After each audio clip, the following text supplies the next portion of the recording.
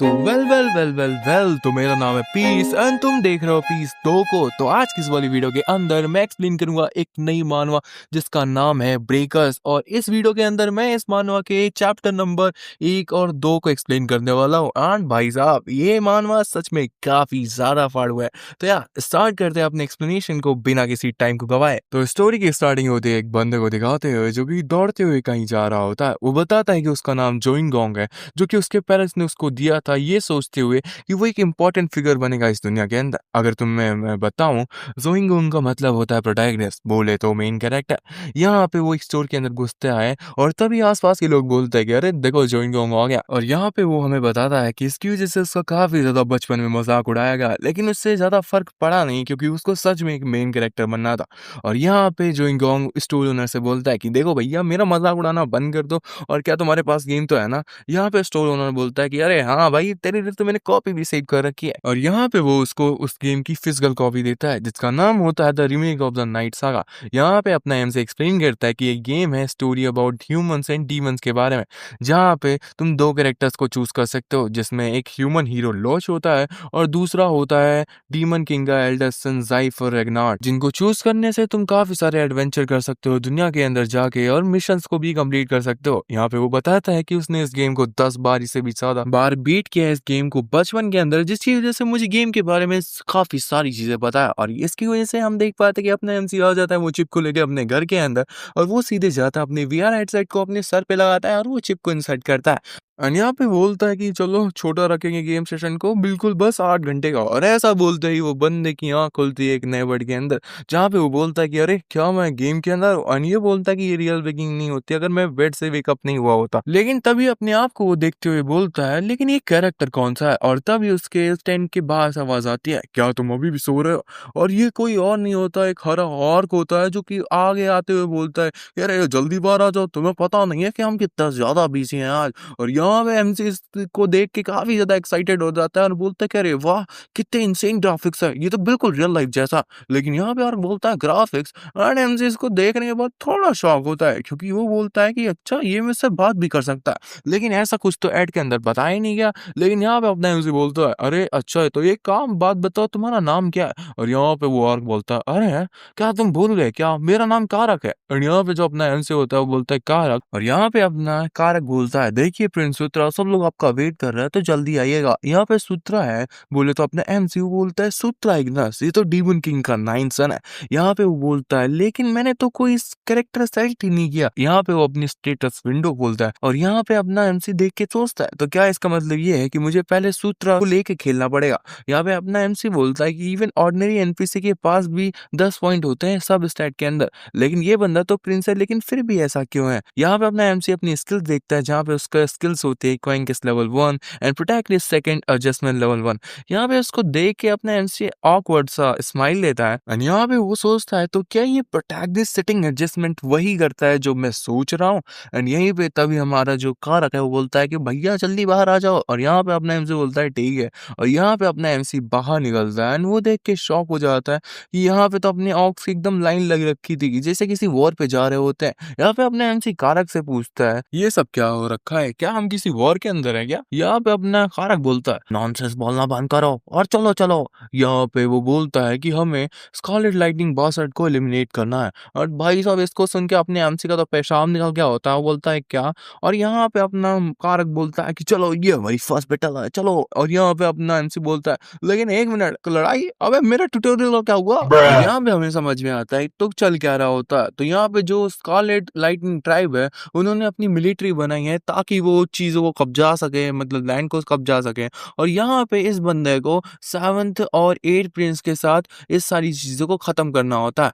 यहाँ पे अपना एमसी अपने कारक से पूछता है लेकिन अगर ये वॉर है तो हम बस 10 लोग को लेके क्यों जा रहे हैं? लेकिन यहाँ पे अपना कारक बोलता है लेकिन मैंने आपको तो कल बताया था ना कि ये तो अभी हम बस पेट्रोलिंग करने जा रहे हैं। यहाँ पे अपना एमसी बोलता है ऐसा क्या? और यहाँ पे अपना कारक अपने एमसी से बोलता है क्या आपने कल के दिन कुछ गड़बड़ चीजें खा ली थी क्या? आप इतना स्ट्रेंज एक्ट क्यों कर रहे हो? और यहाँ पे अपना एमसी सोचता है अगर मैं सही हूँ तो वो यहीं पे होगा और वो अपनी पावर से खोल देता है मिनी मैप, जिसको खोलने के बाद वो सोचता है मुझे तो पता ही था यहाँ पे एक मिनी मैप है, लेकिन ये कितना ज्यादा कन्वीनियंट है, इसको तो मैं हमेशा खोल के रखूंगा। यहाँ पे अपने एमसी ने जो जाते एक सीक्रेट पाथ पे जहाँ पे कुछ इवेंट जैसा था, यहाँ पे अपने एमसी बोलता है अपने कारक से देखो अगर हम ऐसे ही चलते रहा ना तो हम तो कभी पहुंच भी नहीं पाएंगे, तो एक काम करो तुम मुझे फॉलो कर सकते हो, मुझे एक फास्टर वन पाथ पता है। जिसको देख के अपना जो कारक है और उसके साथ यहाँ बिना कुछ बोले उसको फॉलो करने लगते हैं। एंड भाई जंगल से निकल के पहाड़ को चढ़ के फाइनली पहुंचते एक दरवाजे के सामने, जिसको देखने के बाद अपना कारक बोलता है कि आपको इस बार प्लेस के बारे में कैसे पता चला, क्या आप कोई मेज हो क्या? यहाँ पे अपने एमसी की हालत इतनी खराब होती है, वो बोलता है काश होता। और यहाँ पे अपने एमसी की स्टैट इतना ही कम होता है कि वो इतना ज्यादा थक गया होता है, उसे लगा भी नहीं था कि एक लेवल 1 का इतना ज्यादा अनफिट होगा। लेकिन जैसे ही वो बोलता है कि चलो अब डोर को ओपन करते हैं, लेकिन तभी वो लेवल अप हो जाता है। यहाँ पे उसके सामने एक पॉपअप विंडो आता है जिसमें लिखा होता है कि आप लेवल अप हो गए हो। एंड यहाँ पे अपने एमसी बोलता है कि अरे मेरे को तो विश्वास ही नहीं हो रहा, क्या मैं बस लेवल अप हो गया बस चलने से? और यहाँ पे उसके जितने भी स्टैट पॉइंट थे उसमें सब में +2 हो गया था और साथ ही साथ उसको +2 पॉइंट्स भी मिले थे। जब वो सोच ही रहा था तभी अपने कारक ने उस पत्थर के दरवाजे को तोड़ दिया और अपने एमसी से बोला कि चलो जल्दी आओ यहाँ पे। अपने एमसी बोलता है कि ठीक है मैं आ रहा हूँ, और साथ ही में उसके मन में चलता है कि चलो मुझे भी पता नहीं कि अंदर क्या है, लेकिन एटलीस्ट मैं अकेला तो नहीं हूँ। और साथ ही साथ उसके मन में ये भी चल रहा होता है कि यहाँ पे सबसे ज्यादा इम्पोर्टेंट कुछ और नहीं, प्रोटैगनिस्ट का प्लॉट आर्मर है, और इसका मतलब क्या है ये हमें आगे समझ में आने वाला है। और यहाँ पे हम देख पाते हैं कि अपना एमसी अपनी डाफ की सेना को लेके चल रहा होता है उसी केव के अंदर, और यहाँ पे अपना कारक बोलता है कि मुझे लगता है कि डॉव्स ने ये केव को बनाया होगा, लेकिन अपना एमसी बोलता है डॉव्स, मुझे तो लगा था कि कोई भी ऐसी चीजें नहीं है यहाँ पे। लेकिन यहाँ पे अपना कारक बोलता है अब नहीं है, पहले वो एग्जिस्ट किया करते थे। अपने एमसी बोलता है तो क्या इसका मतलब ये है कि वो डिमोनिक रियल्म को छोड़ के कहीं और चले गए? और यहाँ पे अपना कारक बोलता है मैं को ना पता, लेकिन बस मैंने ये चीजें सुनी है। लेकिन तभी कारक की नजर जाती है कुछ खजाने के ऊपर जो कि बहुत ज्यादा शाइन मार रहा होता है, और भाई इसको देख के भाई उनकी आंखें चौंधी आ जाती हैं, वो जाके सारे सामान को उठा लेते हैं। एंड यहाँ पे हम एक फनी सा सीन देख पाते हैं कि जितने भी गॉब्लिन्स होते हैं उन लोगों ने कुछ भी हथियार ले नहीं रखा होता, वो एक एक जाके अपने अपने हथियार उठा लेते हैं। और भाई गले तो ऐसे लगा रहे होते हैं कि भाई इनकी कोई खोई हुई पत्नी मिल गई हो। एंड यहाँ पे कुछ डॉग्स ये तक बोल रहे थे कि लगता है वो स्टूपिड डॉग्स अपना सामान यही छोड़ के चले गए, लेकिन अपना एमसी तो कुछ और ही देख रहा होता है, वो कुछ ऐसे स्पेशल आइटम्स को देख रहा होता है जिसको उठाने के लिए उसका लेवल तक सफिशिएंट नहीं था। लेकिन जिसको देख के अपना एमसी थोड़ा निराश होता है, लेकिन वो बोलता है लेकिन मैं फिर भी इन सबको ले जाऊंगा, मेरे पास वैसे भी इन्वेंट्री है इन सारी स्टफ को स्टोर करने के लिए। एंड यहाँ पे उन सबको टच करके भाई वो सारी चीजें अपनी इन्वेंट्री पे डाल देता है। एंड जब ये सब वो कर ही रहा होता है तभी उसकी नजर जाती है उसकी मिनी मैप के अंदर, जहाँ पे उसको लाल पॉइंट्स दिखते हैं जिसका मतलब है खतरा, मतलब एनिमी। एंड ऐसा देखते ही वो अपने ऑक की सेना को बोलता है पीछे हट जाओ, लेकिन काफी देर हो चुकी थी। हम देख पाते हैं कि उनके पीछे से कोई तो दीवार फाड़ के बाहर निकलता है, और भाई ये होते हैं लाल और की सेना। और यहाँ पे वो बंदा बोलता है उनसे या तुम्हें लगा था कि मुझे पता नहीं चलेगा कि तुम इस जगह आओगे? और ये कोई और नहीं कह रहा था, इसका नाम था काई-चान, और ये स्कारलेट लाइटनिंग ट्राइब का जनरल था। और यहाँ पे वो अपने बंदों को ऑर्डर दे देता है कि सबको मार दो, एंड यहाँ पे हो जाती है फुल फ्लैश फाइट स्टार्ट। यहाँ पे ये बंदे पेट्रोलिंग करने आए थे, अब इनको वॉल करनी पड़ रही है, और अपना एमसी इन सारी चीजों को देख के बड़ा शौक हो रखा था। एंड साथ ही में वो सोचता है कि अब उसे करना क्या चाहिए, क्या उनकी किल्स को चुरा ले ताकि उसको एटलीस्ट एक्सपी मिल जाए। ये सोच के वो एक रेड हॉक के ऊपर हमला कर देता है। लेकिन यहाँ हमले में रेड हॉक को कुछ नहीं होता, बेचारे की तलवार ही टूट जाती है। और भाई साहब इसको देख के वो बंदे का अलग ही एक्सप्रेशन बनता है, और इसकी वजह से वो रेड हॉक इतना ज्यादा गुस्सा हो जाता है उसके पीछे ही पड़ जाता है। यहाँ पे अपना एमसी भाई भाग रहा होता है, जितना फनी मोमेंट है, लेकिन बेचारे की किस्मत इतनी खराब थी कि उसके सामने आ जाता है पत्थर जिसपे इसका पैर लड़के आराम से नीचे गिरता है। और यहाँ पे इसकी वजह से भाई इसकी एचपी 15 से सीधे 1 पहुंचती है। I mean what the fuck. And यहाँ पे भाई वो जो रेड हॉक होता है इसके ऊपर हमला कर ही देता, लेकिन तब ही आ जाता है अपना कारक, और भाई साहब वो अपने प्रिंस को बचा लेता है। यहाँ पे वो बोलता है अरे प्रिंस आप यहाँ से भाग जाइए, और यहाँ पे अपना एमसी बोलता है कारक भैया। एंड यहाँ पे अपना कारक अपने एमसी को काइंड ऑफ बचा लेता है। एंड यहाँ पे अपना एमसी बोलता है कि उसके हाथ अभी तक कपकपा रहे हैं, लेकिन ये तो बस गेम है ना। एंड यहाँ पे वो बोलता है कि मैं अभी कुछ भी नहीं कर सकता, शायद इस दिन के लिए बस इतना ही तक था। एंड भाई वो सोचता है कि अब उसे लॉग आउट कर लेना चाहिए, लेकिन भाई वो जब अपनी स्किल विंडो खोलता है तो एक चीज देख के शॉक हो जाता है कि वहां पे कहीं पे भी लॉग आउट का ऑप्शन था ही नहीं। एंड भाई उसे लगता है कि क्या वो अब यहीं पे ट्रैप हो गया है। एंड भाई साहब हम देख पाते कि वो जो जनरल होता है काई चान, वो अपने एमसी की तरफ आ रहा होता है और साथ ही में ये कोई आम बंदा नहीं होता, ये होता भैया मेज, और ये अपनी छड़ी घुमाता है और टेलीकिनेसिस से काफी सारे पत्थर अपनी एमसी की तरफ फेंक देता है। भाई एमसी इस सबको देख के बोलता है कि नहीं, मैं नहीं मर सकता था, लेकिन जो होना था हो गया। एंड जितने भी पत्थर होते हैं वो डायरेक्ट हिट होते हैं अपने एमसी के ऊपर और बेचारी की बची बुची एक एचपी भी खत्म हो जाती है। और हम देख पाते हैं कि अपने एमसी की हालत बहुत ज्यादा खराब है और वो बहुत ज्यादा हाफ रहा है। और भाई यहाँ पे काईचान अपना दूसरा वॉर करने ही वाला था कि अपने एमसी की आग बंद हो जाती है और हम देख पाते हैं कि एमसी की एचपी बची है 0। तो अब इसका मतलब क्या है? क्या अपना एमसी यहीं पे मर चुका है? ये मान वहीं पे फिनिश हो गया? बिल्कुल नहीं, क्योंकि अपना एमसी पहुंच जाता है एक ऐसे मिस्टीरियस स्पेस पे जहाँ दूर दूर तक वो कुछ भी नहीं देख पा रहा था। वो सोचता है कि ये जगह कौन सी है। मैं तो श्योर हूँ कि मेरे को ऑर्क ने मार दिया था, मुझे मत बताना कि मैं मर गया हूँ अभी। लेकिन उसके सामने तभी एक ब्राइट रोशनी आती है जहाँ से आवाज आती है कि फेटेड एग्जिस्टेंस है इस दुनिया के अंदर का, जाओ कॉन्कर करो, इंस्लेव करो और इस दुनिया पे राज करो। एंड हम देख पाते हैं कि ये एक ऐसी फेरी जैसी कोई एग्जिस्टेंस है जिसने ये कहा था। हमारे एमसी के सामने काफी ज्यादा लाइट आती है जहाँ पे हम देख पाते हैं कि अपने एमसी के जितने भी सेना वाले होते हैं, जो कि नंबर पे 10 होते हैं, 3 तो पहले टपक गए होते हैं और यहाँ पे 5-6 लोग अभी भी लड़ाई कर रहे होते हैं। अपना एमसी तो यहाँ पे टपक गया होता है, लेकिन हम देख पाते हैं कि वो जो रेड ऑक है वो अपने ग्रीन ऑक के ऊपर काफी ज्यादा अभी हो रहे थे, क्योंकि वो ऑब्वियसली नंबर्स में काफी ज्यादा थे। और यहीं पे हम उस लाल पटाखे जनरल काईचान को देख पाते हैं जो कि बोल रहा होता है कि मुझे समझ में नहीं आता कि ये सारे लोग पागल है क्या, ये हमसे लड़ने चले आए, वो भी इतने कम नंबर पे। एंड यहाँ पे वो हंसी रहा होता है एंड यहाँ पे ऑर्डर देता है कि भैया सबको मार दो, समय बर्बाद करने की कोई जरूरत नहीं है। लेकिन तभी अपना एमजी भाई उड़ जाता है और उसके अगल बगल हम देख पाते हैं सुनहरे कलर का और एंड भाई साहब ये जनरल काईचान भी देख रहा होता है एंड उसे भरोसा नहीं हो रहा था कि अपना एमसी अभी भी है। यहाँ पे अपना एमसी बोल रहा होता है कि ये क्या था, ये कोई अभी की नहीं थी क्या? एंड हमारा एमसी उड़ जाता है भाई साहब एंड वो देखता है कि उसके पास एक एबिलिटी आ गई है जिसका नाम है टेलीकिनेसिस। और यहाँ पे ध्यान रखने वाली बात ये है, ये वही पावर है जिससे इसको आखिरी ब्लो पड़ा था जो कि अपने जनरल काईचान ने मारा था। यहाँ पे अपना एमसी इसको देख के काफी ज्यादा क्वेश्चन करता है, यार मैंने टेलीकिनेसिस कैसे रन कर ली? और यहाँ पे उसके में बत्ती जलती है। वहां पे वो देख पाता है कि उसके पास एक और सब क्लास आ रखी है जिसका नाम है नाइट ऑफ कॉन्क्वेस्ट। लेकिन तभी अपना लाल टमाटर जनरल काईचान ऑर्डर दे देता है कि तुम को क्या कर रहे हो, इसके ऊपर जाओ और हमला कर दो। एंड भाई साहब यहाँ पे कारक भी पीछे देख रहा होता है और यहाँ पे ये बंदा अपने बंदों को ऑर्डर दे देता है कि भैया किसी भी हाल में अपने प्रिंस को इनको प्रोटेक्ट करना है। एंड भाई साहब यहाँ पे हो जाती है अच्छी खासी पेला पेली और अपना एमसी भी ये सारी चीज देख रहा होता है एंड सोचता है कि वो यहाँ पे कर भी जा सकता है। लेकिन तभी उसकी नजर जाती है उसकी एबिलिटी के ऊपर जो है नाइट ऑफ कॉन्क्वेस्ट। वो ये एक चीज सोचता है कि ये जो क्लास है ये ओनली नाइट के अंदर ही आती है,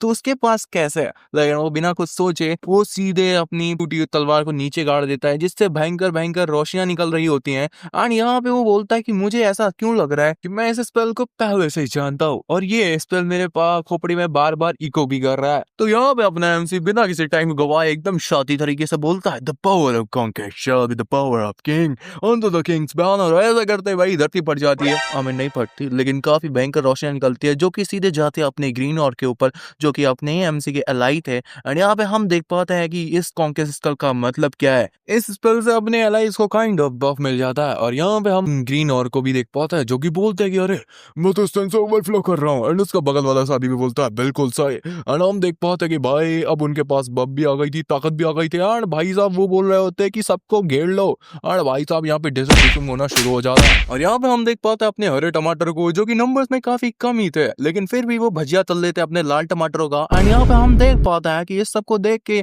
अपना लाल टमाटर का जनरल भी एकदम शौक होता है। वो बोलता है कि भैया इतने जल्दी स्ट्रॉन्ग हो कैसे गए ये लोग? और भाई साहब वो बोलता है कि ये कितना अपसर्ड है भैया जी। एंड तभी उसे समझ में आता है कि ये सब अपने प्रिंस ने किया धरा है। बोलता है एमजी भाई ये देख के भाई वो बंदा उसके ऊपर अटैक कर देता है। वो बोलता है कि रुक जा, मैं तेरी ऐसी तैसी करता हूँ। और यहाँ पे ये बंदा अपनी टेलीकिनेसिस का पावर का यूज करके अपने एमसी के ऊपर अटैक कर देता, लेकिन तभी अपना कारक बीच में आ जाता है और इस अटैक को सक्सेसफुली ब्लॉक कर देता। एंड भाई साहब यहाँ पे अपना एमसी उसको एडिशनल बफ देता है और बोलता है जाओ कारक। एंड अपना कारक एकदम स्पीड में आता है एंड उसके सामने होता अपना लाल टमाटर, बोले तो जनरल। एंड भाई वो जनरल की फट गई होती है, वो बोलता है 1 मिनट रुको। एंड भाई वो मिनट नहीं रुकता, उसकी चटनी बना देता है, खाए खाया कर देता भाई साहब। एंड ऐसा होता ही जितने भी लाल टमाटर होते हैं वो भागना शुरू कर देते हैं। यहाँ पे जितने भी हरे टमाटर होते हैं वो बोलते कि अरे वो तो भाग रहा है, एक को भी जाने मत देना। और भाई लाल टमाटर इसलिए भाग रहे हैं भाई उनका लीडर डाउन हो गया, बड़ी ऑफकोर्स सी बात है। और यहाँ पे अपना MC भाई इसकी वजह से उसका लेवल अप हो जाता है, वो भी 3 बार। और यहाँ पे जिसको देख के अपना MC काफी ज्यादा खुश था और उसी को देख रहा था अपना कारक, जो कि अपने हाथों की तरफ देखते हुए बोलता, वो स्टैंड क्या थे, क्या ये हमारे प्रिंस थे। एंड इसी के साथ हम नेक्स्ट पैनल की ओर चलते हैं, जहाँ पे हम देख पाते हैं कि अपना ऑर्क और अपने MC टेंट में वापस लौट आए थे, जहाँ पे कुछ ऑर्क्स तो आराम और कुछ लोग अपना काम कर रहे थे। यहाँ पे हम अपने MC को देख पाते हैं जो कि अपने बेड पे बैठा हुआ सोच रहा होता है, नहीं वो गायब है, मैंने जितना मर्जी उसको ढूंढ लिया लेकिन वो उसे मैं ढूंढ ही नहीं पा रहा हूँ। यहाँ पे कोई भी लॉग आउट बटन नहीं है मेनू के अंदर। और भाई साहब वो अपने आप को दिलासा देता है कि उसको शांत रहना होगा, उसे काम डाउन होना पड़ेगा। यहाँ पे वो सोचता है कि यहाँ पे 2 पॉसिबिलिटीज हो सकती हैं। पहली तो वो वर्चुअल रियलिटी के अंदर ट्रैप हो गया है और यहाँ पे शायद एक क्रिटिकल बग आ चुका है और जो रियल वर्ल्ड में जब सही हो जाएगा तो वो यहाँ से लीव कर पाएगा। लेकिन दूसरी पॉसिबिलिटी थोड़ी सी इंसेन है, उसे ऐसा लगता है कि ये गेम नहीं है, ये एक रियलिटी है। और यहाँ पे वो सोचता है कि शायद वैसा ही जैसे नॉवेल्स एंड कॉमिक्स के अंदर होता है, जैसे कि कोई बंदा गेम्स के अंदर पहुंच जाता है। और भाई मेरे दिमाग में एक ही सवाल आता है, मतलब सीरियसली मैं एक कॉमिक को पढ़ रहा हूँ और उसको मैं तुम्हें एक्सप्लेन कर रहा हूँ और इस बंदे को लग रहा है कि वो कॉमिक के अंदर की कॉमिक की दुनिया में पहुंच गया है, जो कि सच में काफी ज्यादा इंसेन है। एंड यहाँ पे वो MC सोचता है कि ये एक ऐसी दुनिया है जो कि एक ही चीज से डिस्क्राइब की जा सकती है, सच्चाई। और यहाँ पे तो NPC भी तुमसे बातें करते हैं, तुम्हारे सवालों का जवाब देते हैं। एंड सबसे इम्पोर्टेंटली ये है कि यहाँ पे तो कोई मोजियाक सेंसरशिप ही नहीं है। एंड वो किसकी बात कर रहा है, वो भाई अपनी खजाने की बात कर रहा है, वो उसको देख पा रहा है भाई। एंड इसका रीजन शायद ये हो सकता है क्योंकि ये जापान में नहीं बनी, ये कोरिया में बनी है।